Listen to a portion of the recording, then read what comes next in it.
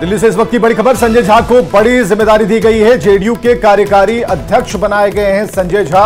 JDU की राष्ट्रीय कार्यकारिणी में यह फैसला लिया गया। सीएम नीतीश कुमार ने यह प्रस्ताव रखा था और सभी ने इस प्रस्ताव का समर्थन किया है। सीएम नीतीश कुमार ने इस बात की घोषणा की। पैन इंडिया जो हमारी सबकी चाहत है कि राष्ट्रीय जनता दल, हमारा जनता दल यूनाइटेड एक राष्ट्रीय पार्टी बने, उसमें सहायक होगा। और अभी बहुत से राज्यों में आने वाले समय में चुनाव है, तो उन चुनावों में हम कैसे और संगठित रूप से मजबूत होकर चुनाव लड़े, इस पर संजय झा जी और मजबूती से काम कर सकेंगे। सर, विशेष राज्य के दर्जे को लेकर क्या कुछ बात हुई? विशेष राज्य क्या प्रस्ताव है? हम सबका विशेष राज्य का दर्जा या विशेष पैकेज की पुरानी मांग है, वो मांग हम लोगों का कायम है। हम लोगों के जो नेता हैं, ललन सिंह जी हैं, संजय झा जी जो यहाँ पर हैं राज्यसभा में और लोकसभा में जो पार्टी के नेता हैं, ये लोग आने वाले समय में प्रधानमंत्री जी से मिलेंगे और अपनी बात को रखेंगे मजबूती से। तो जेडीयू में संजय झा को बड़ी जिम्मेदारी दी गई है। संजय झा के बारे में आपको बताते हैं। मधुबनी जिले के झंझारपुर के संजय झा रहने वाले हैं। जेडीयू का ब्राह्मण चेहरा है। मिथिलांचल के बड़े नेताओं में इनकी गिनती होती है। राजनीतिक करियर की शुरुआत इन्होंने बीजेपी से की थी। बीजेपी यूथ विंग के राष्ट्रीय कार्यकारिणी के सदस्य रह चुके हैं। बीजेपी में संजय झा के गॉडफादर अरुण जेटली थे। 2012 में बीजेपी छोड़कर ये जेडीयू में शामिल हो गए थे। 2014 में दरभंगा सीट से लोकसभा का चुनाव लड़े, वहां इन्हें हार मिली। नीतीश कुमार ने विधान परिषद भेजकर कैबिनेट मंत्री बनाया। बिहार के जल संसाधन मंत्री की जिम्मेदारी 3 बार संभाल चुके हैं। और दिल्ली में जेडीयू की राष्ट्रीय कार्यकारिणी की बैठक, राजनीतिक प्रस्ताव वहां पर लाया गया और सीएम नीतीश कुमार के नेतृत्व में इस बैठक में विशेष राज्य या फिर विशेष पैकेज का जिक्र किया गया और साथ ही बढ़े हुए आरक्षण पर भी प्रस्ताव लाया गया। इसे संविधान की 9वीं अनुसूची में शामिल करने की मांग की गई। बिहार में आरक्षण का दायरा बढ़ाने के सरकार के फैसले का स्वागत किया गया और साथ ही आगामी विधानसभा चुनाव नीतीश कुमार के नेतृत्व में लड़ने का संकल्प लिया गया। नीतीश कुमार के नेतृत्व पर राष्ट्रीय कार्यकारिणी ने आस्था जताई है। नीतीश कुमार के नेतृत्व में जनता के बीच जाने का संकल्प लिया गया और बैठक में बूथ स्तर पर संगठन को मजबूत करने पर जोर दिया गया। बात नीट पेपर लीक कांड की करेंगे। नीट पेपर लीक कांड में अब तक की सबसे बड़ी पूछताछ शुरू हो गई है। सीबीआई के अधिकारी पटना के बेऊर जेल में 13 आरोपियों से पूछताछ कर रहे हैं। बेऊर जेल में करीब 2 घंटे से आरोपियों से पूछताछ जारी है।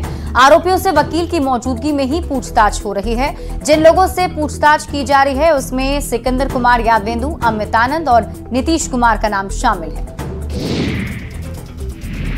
लोकसभा में चल रहे नीट पेपर लीक पर हंगामे को लेकर सांसद शांभवी ने विपक्ष पर निशाना साधा। शांभवी ने कहा कि सदन में विपक्ष सही तरीके से बर्ताव नहीं कर रहा, जो गलत है। ना हम देश की बात रख पाते, बार बार एडजर्न कर दिया जाता है। ऐसा हल्ला हंगामा करने का कोई फायदा नहीं, जबकि स्पीकर सर ने बार बार कहा था ये बात कि आप नीट का मुद्दा मोशन ऑफ थैंक्स में आप उसको किसी भी धन्यवाद प्रस्ताव में आप किसी भी मुद्दे को एड्रेस कर सकते हैं, पर तब भी विपक्ष हल्ला हंगामा करती रह गई। ये दल का मामला है, दल डिसाइड करेगा। नीट को लेकर विपक्ष के सदन बाधित करने पर सांसद वीणा देवी ने कहा कि सरकार इस पर जांच कर रही है और दोषियों पर कड़ी कार्रवाई होगी। उन्होंने तेजस्वी यादव पर भी हमला बोलते हुए कहा कि वो अपने पापा का दौर भूल गए जब बिहार में आए दिन कितना अपराध होता था। को लेकर सदन नहीं चलने दिया जा रहा है। नहीं तो उस पर जांच हो रहा है। जो दोषी होगा उसको कड़ी से कड़ी कार्रवाई होगी। लगातार बिहार में जिस तरह से अपराध बढ़े उसको लेकर लगातार सरकार अपना दिन भूल गए हैं। जब उनके पापा थे तो क्या बिहार का जंगल राज था। केंद्रीय मंत्री बनने के बाद पटना पहुंचे चिराग पासवान का एयरपोर्ट पर कार्यकर्ताओं ने जोरदार स्वागत किया। चिराग पासवान ने कहा कि वो पीएम मोदी की जिम्मेदारी पर खरा उतरने की कोशिश करेंगे। चिराग ने कहा कि बिहार में प्रोसेसिंग की यूनिट होनी चाहिए ताकि किसानों के हाथ में ज्यादा आमदनी आए। बिहार में आने वाले दिनों में इस मंत्रालय के जरिए फूड प्रोसेसिंग यूनिट खोलने का काम किया जाएगा। हाजीपुर का केला, मुजफ्फरपुर की लीची या मखाना, अगर इनका बिहार में ही प्रोसेसिंग हो तो किसानों की आमदनी बढ़ जाएगी। कि बिहार फर्स्ट, बिहारी फर्स्ट के माध्यम से हमने हमेशा इस बात का जिक्र किया है कि बिहार में प्रोसेसिंग यूनिट्स होने चाहिए ताकि किसानों के हाथ में ज़्यादा आमदनी आए, ताकि राज्य का राजस्व बढ़ सके। इस बात का जिक्र बिहार फर्स्ट, बिहारी फर्स्ट के माध्यम से अक्सर हमने किया है। बीजेपी सांसद और रक्षा राज्य मंत्री संजय सेठ ने दिल्ली से रांची पहुंचे हैं। इस दौरान संजय सेठ ने कहा कि राज्य में भ्रष्टाचार चरम पर है और आगामी विधानसभा चुनाव में जनता भ्रष्टाचारियों को सबक सिखाएगी। देखो, झारखंड के अंदर जो भ्रष्टाचार कालम है, झारखंड में जो रूल ऑफ लॉ कोलैप्स हुआ है, आम लोग परेशान हैं, चाहे युवा को परेशान, चाहे छात्र परेशान, महिलाएं परेशान। आने वाले दिनों में इस प्रदेश के अंदर भारतीय जनता पार्टी की सरकार बनाएगी, तब जाकर सुशासन की हम बात करेंगे। दिल्ली के मुख्यमंत्री अरविंद केजरीवाल की सीबीआई रिमांड आज जो खत्म हो रही है। सीबीआई आज उन्हें राउस वेन्यू कोर्ट में पेश करेगी। बुधवार सुबह सीबीआई ने भ्रष्टाचार के आरोप में केजरीवाल को गिरफ्तार किया और सीबीआई ने उन्हें ट्रायल कोर्ट में पेश किया। कोर्ट ने केजरीवाल को 3 दिन की सीबीआई रिमांड पर भेजा था, जो आज खत्म हो रही है। लद्दाख में बड़ा हादसा हो गया। लद्दाख के दौलत बेग ओल्डी इलाके में सेना का टैंक दुर्घटना का शिकार हो गया। इस हादसे में सेना के 5 जवान शहीद हो गए हैं। नदी में तेजी से पानी आने के चलते हादसा हुआ है। रक्षा मंत्री राजनाथ सिंह ने ट्वीट कर इस हादसे पर दुख जताया है। दरभंगा एयरपोर्ट से मुंबई जाने वाले स्पाइस जेट की सुबह की फ्लाइट 5 घंटे लेट होने से नाराज यात्रियों ने हंगामा कर दिया। नाराज यात्रियों का आरोप है कि ऊंची कीमत पर टिकट लेने के बावजूद एयरलाइंस की ओर से देरी की सूचना यात्रियों को समय पर नहीं दी गई और जब यात्री एयरपोर्ट पर पहुंच गए तो इस बात की जानकारी मिली। यात्रियों का कहना है कि एयरपोर्ट पर ना तो बैठने की व्यवस्था है, ना ही एयरलाइंस की ओर से खाना पीने की सुविधा ही है। दरभंगा से मुंबई के लिए स्पाइस जेट के विमान को सुबह 10:50 पर उड़ान भरनी थी, लेकिन तकनीकी वजह से विमान दरभंगा नहीं पहुंची। काफी देर तक यात्रियों से जानकारी साझा नहीं की और पता चला कि फ्लाइट शाम 4 बजे उड़ान भरेगी। ठीक है, अभी 4 बजे का कर दिया, 3:55 का, बिना किसी नोटिस के। किसी को कंफर्म नहीं है, किसी को मेल भी नहीं गया, किसी को मैसेज भी नहीं गया और वो भी कंफर्म नहीं है कि 3:55 को जा पाएंगे भी कि नहीं जा पाएंगे। डिले कैंसिल हो जाएगा, आने जाने में खर्चा गया, एनर्जी गई, टाइम गया सब। अंदर में क्या बता रहे हैं कर्मी जो हैं, तो क्या बता रहे हैं स्टाफ? बाहर सबको बिठा दिया गया है और सब अंदर बैठे हुए हैं। हम लोग को इतना बुजुर्ग लोग कैसे करके बैठे। खबर गढ़वा से है, जहां NH 75 पर बाईपास सड़क निर्माण का बचा हुआ कार्य जल्द से जल्द पूरा हो जाएगा। सांसद BD राम ने अधिकारियों के साथ बैठक कर बाईपास सड़क को जल्द ही पूरा करने के निर्देश दिए हैं। गढ़वा को जाम से मुक्ति दिलाने के लिए लगभग 800 करोड़ की लागत से केंद्र सरकार ने NH 75 बाईपास 4 लेन सड़क की स्वीकृति दी थी। सड़क निर्माण का यह कार्य 95% पूरा हो चुका है, पर विभागीय उदासीनता के कारण इस सड़क को अब तक शुरू नहीं किया जा सका है। बताया कि उन्होंने NHAI में एक डिजाइन समर्पित किया है, उस डिजाइन का अप्रूवल होकर के नहीं आया है, इसलिए वो कार्य पूरा नहीं हो पा रहा है। जैसे डिजाइन अप्रूव होकर के वहाँ से आता है तो वो काम तो बहुत छोटा बचा हुआ है, उसमें बहुत समय नहीं है। खबर कटिहार से है। बलरामपुर से विधायक महबूब आलम एक बार फिर विवादों में है। वीडियो में देखा जा सकता है कि महबूब आलम बारसोई जंक्शन पर रेलवे, RPF और GRP से उलझते दिख रहे हैं। यात्रियों के मुद्दों पर प्रशासन से तू मैं करते दिख रहे हैं। विधायक का वीडियो तेजी से वायरल हो रहा है और आपको बताएं कि इससे पहले भी उनका एक वीडियो वायरल हुआ था, जिसमें वो बारसोई थाने के दारोगा के साथ तू मैं कर रहे थे। दानापुर के फुलवारीशरीफ थाना पुलिस ने जमीन के नाम पर 15 करोड़ रुपए की ठगी करने वाले शातिर को गिरफ्तार कर लिया है। पुलिस ने मोहम्मद रिजवान उर्फ मोहम्मद इंतखाब को गिरफ्तार किया है। मोहम्मद रिजवान फुलवारीशरीफ और दरभंगा में जमीन के नाम पर करोड़ों की ठगी कर चुका है। आरोपी दरभंगा के बहादुरपुर थाना इलाके का रहने वाला बताया जाता है। शातिर ठग ने जमीन खरीद बिक्री करने के नाम पर फुलवारीशरीफ और दरभंगा के बहादुरपुर और लहरियासराय में भोले भाले लोगों से 15 करोड़ रुपए की ठगी की है। फुलवारीशरीफ थाने में आरोपी के खिलाफ 5 मामले दर्ज हैं, वहीं दरभंगा के बहादुरपुर थाना और लहरियासराय थाने में 10 मामले दर्ज हैं। खबर बेतिया से, जहां मेन्यू के मुताबिक खाना नहीं मिलने पर स्कूल में छात्राओं ने जमकर हंगामा किया। कस्तूरबा आवासीय स्कूल लाहौरिया में जमकर बवाल हुआ। बताया जा रहा है कि खाने के मेन्यू को लेकर बच्चियों के 2 गुट आपस में भिड़ गए और इस दौरान मारपीट भी हुई है। घटना के बाद लाहौरिया पुलिस और प्रखंड शिक्षा कार्यालय BPM पहुंचे और बच्चियों के अभिभावक भी स्कूल पहुंच गए। इस दौरान स्कूल परिसर में हंगामा होता रहा। अभिभावकों ने स्कूल प्रबंधन पर गंभीर आरोप लगाए हैं। कटिहार के कदवा की रहने वाली आशना कुमारी ने इसरो की परीक्षा में सफलता हासिल की है। आशना कुमारी की सफलता से पूरे परिवार और जिले में खुशी का माहौल है। फिलहाल आशना कुमारी बंका IIT में खड़गपुर में सीनियर रिसर्च इंजीनियर के रूप में कार्यरत हैं। नेपाल के पहाड़ी इलाकों में लगातार बारिश हो रही है। बारिश के बाद अररिया के परबान नदी में उफान है। निचले इलाकों में नदी का पानी फैलता जा रहा है। फारबिसगंज खवासपुर रोड पर पानी सड़क के ऊपर बह रहा है। सड़क पर पानी आने की वजह से लोगों को काफी परेशानी हो रही है और किसानों को भी खेती करने में दिक्कतें हो रही हैं। खवासपुर और फारबिसगंज का मुख्य मार्ग है जो 4 लेन डोरिया मुरबल्ला से खवासपुर होते हुए फारबिसगंज जाती है। पानी का रफ्तार इस कदर बढ़ा है कि रमई पेट्रोल पंप से लेकर खवासपुर तक में पूरा मार्ग अवरुद्ध हो गया है। प्रशासन को उतरने और क्षेत्र में अभी तक उतरना चाहिए। कल 2 लोगों की बाढ़ के पानी में डूबने से मृत्यु भी हो गई है। पटना का पुनपुन नदी अपने सबसे बुरे दौर से गुजर रहा है। नदी में कूड़े कचरे का अंबार लगा हुआ है। स्थानीय लोगों का कहना है कि पुनपुन नदी अंतर्राष्ट्रीय स्तर पर अपनी एक अलग पहचान रखता है और हर साल लाखों की संख्या में विदेशों से श्रद्धालु अपने पूर्वजों का तर्पण करने के लिए पुनपुन आते हैं। लोगों ने प्रशासन से नदी की सफाई की मांग की है। पुनपुन नदी का हाल देख ही रहे, पूरा कचरा लगा हुआ है। अगर भी नगर पंचायत से यही उम्मीद है कि साफ हो जाए जल्दी। पुनपुन नदी का पुनपुन नदी है, देख रहे हैं। एक समय था कि इसमें पानी रहता था, आज ऐसा है कि एकदम ललियों से बढ़कर है। अब बाहर से लोग यात्री लोग आते हैं, यहाँ तर्पणों देवे लायक पानी नहीं है, लोग लौट जा रहे हैं यहाँ से। क्या यहाँ का छवि होगा, बिहार का छवि है। नदी का देखिए, पुनपुन नदी का हाल देख ही रहे हैं कि कितना गंदगी भरा हुआ है और ऐसा गंदगी भरा हुआ है कि इसका कहना भी बहुत। और पुनपुन नदी में कोई सफाई के लिए कोई सरकार से कोई व्यवस्था नहीं हो पा रहा है और यहाँ देश विदेश से लोग आते हैं, उनको बहुत दिक्कत का सामना करना पड़ रहा है। ये देखिए, पुनपुन नदी के किनारे सब जगह गंदगी, पूरा कचरा फेंकना। यहाँ के नागरिक लोग गंदगी बनाए हुए हैं। जामताड़ा के कुंडहित सिंहवासनी +2 उच्च विद्यालय में विज्ञान प्रयोगशाला और 4 दीवारी का शिलान्यास हुआ। इस दौरान कार्यक्रम में रविंद्रनाथ महतो, कुमुद सहाय, डॉक्टर गोपाल कृष्ण झा समेत कई लोग मौजूद रहे। आपको बताएं कि विज्ञान प्रयोगशाला में लगभग 27 लाख और 4 दीवारी का निर्माण कार्य लगभग 50 लाख रुपए की लागत से होना है। परिषद विभाग के साथ में हम लोगों ने संपर्क किया और CSR फंड, जो सोशल रेस्पॉन्सिबल फंड होता है कॉलेज का और इंडस्ट्री का, मैं उस कोल इंडिया के चेयरमैन के साथ संपर्क किया।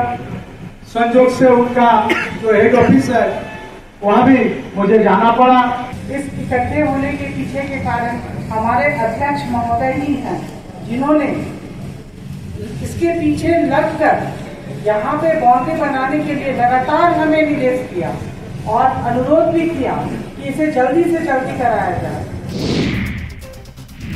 जमशेदपुर के समाजसेवी स्वर्गीय के सिंह के जन्मदिन के अवसर पर रक्तदान शिविर का आयोजन किया गया। साकची के रेड क्रॉस भवन में रक्तदान शिविर लगाया गया है। इस मौके पर ओडिशा के महामहिम राज्यपाल रघुवर दास शामिल हुए। राज्यपाल रघुवर दास ने कहा कि के सिंह जैसे समाजसेवी से सभी को प्रेरणा लेने की जरूरत है। उन्होंने कहा कि रक्तदान महादान है, सभी को रक्तदान करना चाहिए। ऐसी संस्कारी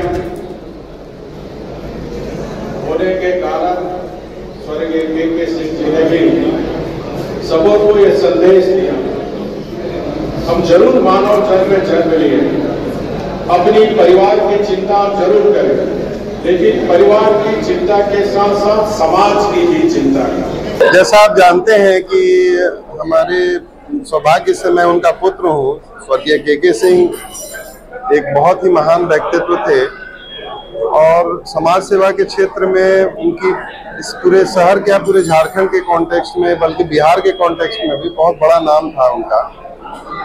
और उनकी स्मृति में हर वर्ष जो है इस ब्लड डोनेशन का आयोजन किया जाता है।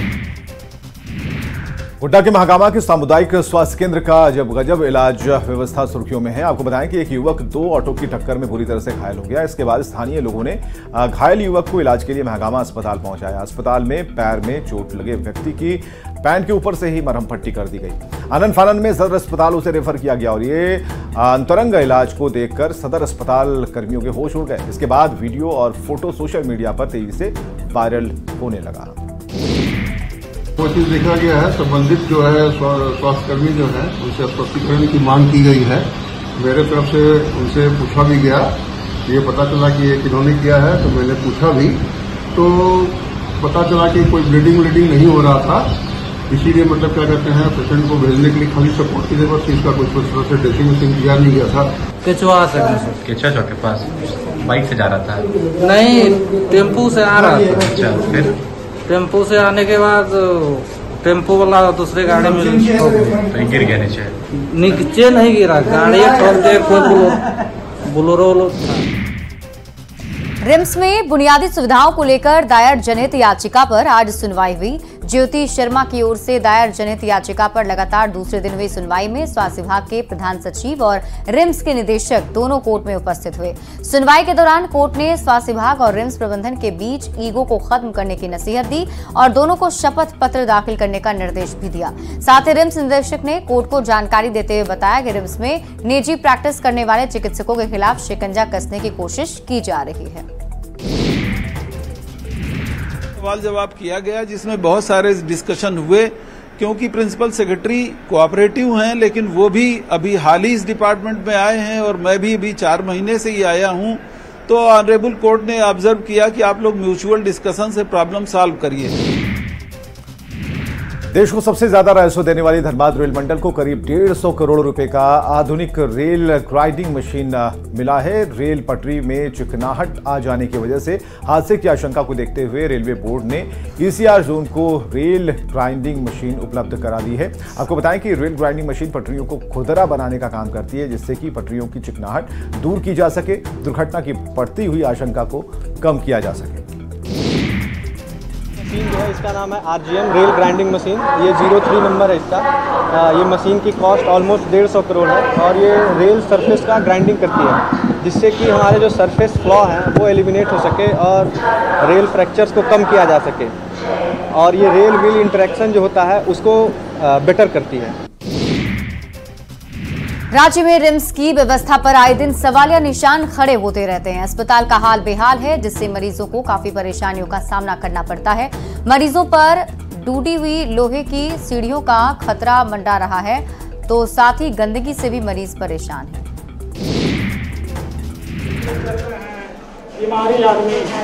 डरने का डर लगता है, लोहा निकला हुआ है। मेंटेनेंस जो भी हमारी ये पुरानी बिल्डिंग है, जो पुराने भवन हैं सब हॉस्पिटल के, उन सब का एक साथ जो है वो जीर्णोद्धार होना है। रिनोवेशन के लिए वो सारी जो है एक साथ जाना है और वो सब चीज़ें जो है फेज वाइज होंगी। अमरनाथ यात्रा आज से शुरू हो गई है। पवित्र अमरनाथ यात्रा के पहले बैच ने आज सुबह बाबा बर्फानी के दर्शन किए। करीब 186 श्रद्धालुओं को सबसे पहले पवित्र अमरनाथ के दर्शन करने का मौका मिला। अमरनाथ यात्रा करीब 2 महीने तक चलेगी। आषाढ़ पूर्णिमा से शुरू होने वाली बाबा अमरनाथ की यात्रा श्रावण पूर्णिमा तक चलती है और इस दौरान लाखों शिव भक्त बाबा के दरबार में पहुंचते हैं और बाबा के चमत्कार के साक्षी बनते हैं। भारत और साउथ अफ्रीका के बीच T20 वर्ल्ड कप का फाइनल खेला जाएगा और इसको लेकर करोड़ों क्रिकेट फैंस का जोश काफी हाई है और भारतीय टीम की जीत की दुआ कर रहे हैं। फाइनल मैच बारबाडोस में खेला जाएगा। टीम इंडिया ने इंग्लैंड और दूसरी ओर अफ्रीका ने अफगानिस्तान को हराकर खिताबी भिड़ंत में प्रवेश पाया है।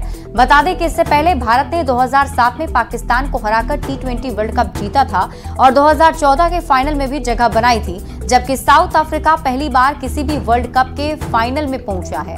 T20 रैंकिंग की बात करें तो भारत अभी टॉप पर है और दक्षिण अफ्रीका 5वें स्थान पर है। आंकड़ों के लिहाज से अगर बात करें तो T20 मुकाबले में दक्षिण अफ्रीका का रिकॉर्ड भारत के मुकाबले अच्छा नहीं है। T20 वर्ल्ड कप में भारत और दक्षिण अफ्रीका 6 बार आमने सामने आए हैं, जिनमें से 4 बार टीम इंडिया ने बाजी मारी, जबकि अफ्रीकी टीम भारत को सिर्फ 2 बार हरा सकी है। भारत और अफ्रीका के फाइनल मैच से फैंस का जुनून 7वें आसमान पर है। फैंस टीम इंडिया की जीत के लिए कोई कसर नहीं छोड़ना चाहते। देश के अलग अलग हिस्सों में भारतीय फैंस ने मंदिरों में जाकर पूजा अर्चना की है, टीम इंडिया की जीत के लिए प्रार्थना की है।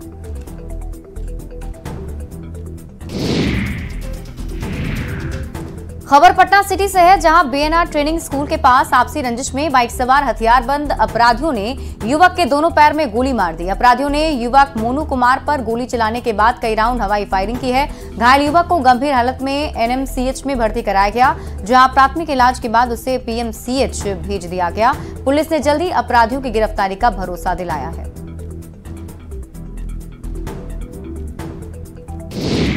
सूचना मिली कि वीएनआर रोड में कॉलेज जो है, कॉलेज के बगल में कुछ व्यक्तियों के द्वारा फायरिंग किया गया। सूचना के सत्यापन में हम लोग आए तो पाए कि कॉलेज के पूरब तरफ 2-3 खोखा गिरा हुआ था और वहाँ पूछताछ करने पर यह जानकारी मिली कि उसके पूरब में एक मंदिर है, मंदिर के पास किसी व्यक्ति के पैर में गोली लगी है। और खबरें लगातार जारी हैं, बने रहिए हमारे साथ।